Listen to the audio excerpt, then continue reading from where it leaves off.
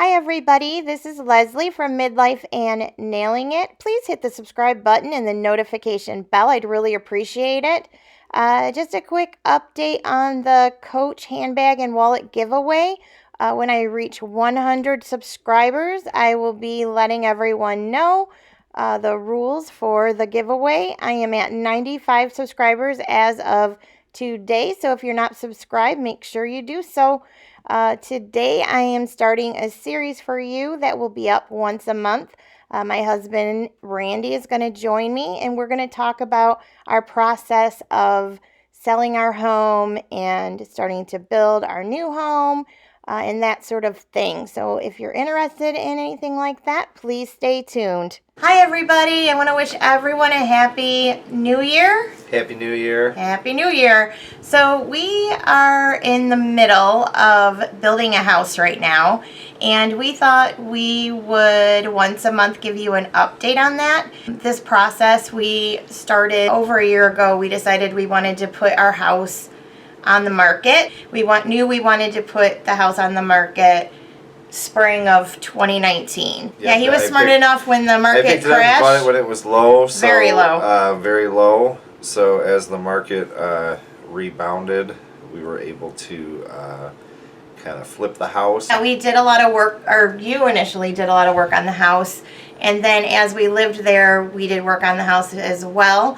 But when we saw that the market in our neighborhood was like doubling and tripling, like people's houses were going like hotcakes, we wanted to make sure that we unloaded the house when that was going on. So it's really important, if you are going to sell your home, to make sure you keep up with what is going on in your area, because you want to, if you start seeing houses sell really, really quick for double to triple what your house is, then you really need to take advantage of that opportunity. That's what I think. And I am not a real estate professional by any means. I'm just, midlife and nailing it, and I've seen I've seen houses, like I've seen people lose their houses. I've seen people, like I've seen a lot of things. So this is just from watching what goes on in the area.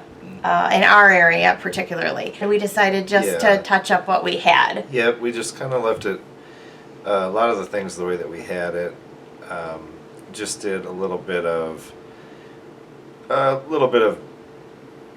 different things that we had been planning to do here and there. And, like cosmetic stuff. Cosmetic. So when people came in, we went through all of our stuff. We got rid of a lot of stuff. We packed a lot of stuff. We had nothing on the walls. It was springtime, so we did a lot of like yard cleanup and things like just. Well, we took everything off of the walls too, and we staged it enough. But we wanted the people, when they came in, to know when they were coming in.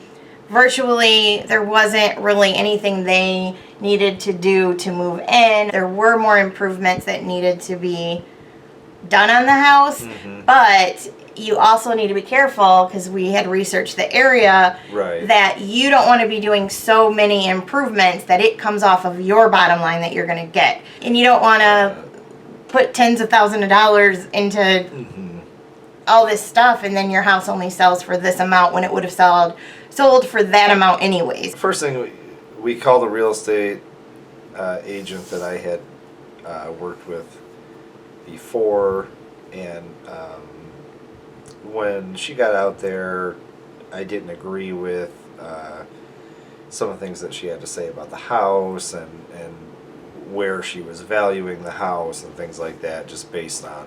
Well, it didn't match our research. Research I had done that we had done together. Even just talking to my neighbors and things like that, the numbers weren't really adding up.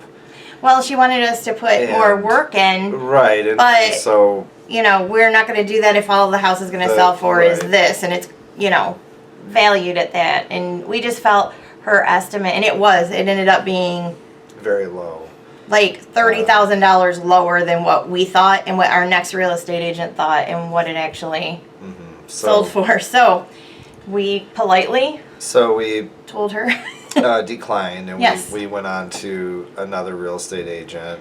And here's a tip for that. We found the real estate agent that we found. I have a friend that look to your friends that are in real estate, or their parents are in real estate, or they're appraisers of homes, or they're reputable construction people. You know, look to people that are very professional people in the industry and ask them, if you put your house for sale today, who would you go to? Like, who would you have? And so that's what we did. Right. We had a friend that does home appraisals. We asked, she gave us a name just like that. Without blinking, she gave us a name. And so that's who we called. He was actually above what we thought. Right. And more dead on with what we thought. Yeah, we had like a bidding war going on within the first couple of days, and then the person that wound up getting it couldn't. Who we let get it. Who we Let's let, just say that. Who we the person said, that, yes, we will take your offer. That got the offer. Was way over asking. Right. Way over. And so we picked them.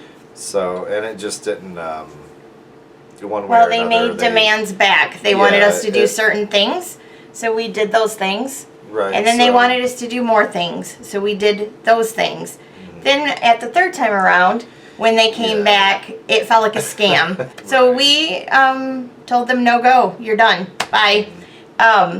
We were nice enough to give them their purchase agreement money back, even though we didn't have to. But, you know, they were young and not very fun to deal with, honestly. They wasted our time. But that's life, and that's how it goes sometimes when you're selling houses. But it's very frustrating when you know that houses sell the most during May and June, and they're wasting your time during that time. And so, yeah, it's not your job to make a house perfect that's older and then takes off of your bottom line from what you would have made from your house, from what it's appraised for. You know, it's not your job. If they want a brand new home, then they should build one, honestly. So Right. yeah, so we walked, and that was nerve-wracking, and it was kind of devastating, especially we put extra work in for them.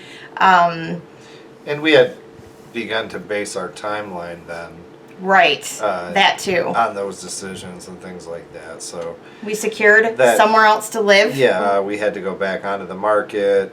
And the area that we were moving into is in demand. So it was very hard. Like, we wanted to get a house or a larger condo than what or apartment or something than what we ended up in. Right. And we kind of ended up where we ended up because there just wasn't anything. So yeah, that was very frustrating. And then we had to make the decision, okay, we're putting it back on the market. Do we let what we've secured for a home for us go Right. in the hopes that everything works out again? And after we decided that was too risky. Right. And I mean, luckily, and then the house did sell. It did 2 weeks later, And I understand that. but it was stressful. And I understand It was. that people watching probably have had way worse experiences. Oh, please share them selling with us. houses. Hello, I am sure. To be honest with you, I in my life have been just pretty lucky as far as the way the time period played out or something. I don't know. Oh, for sure. Being the right age. For sure, guys.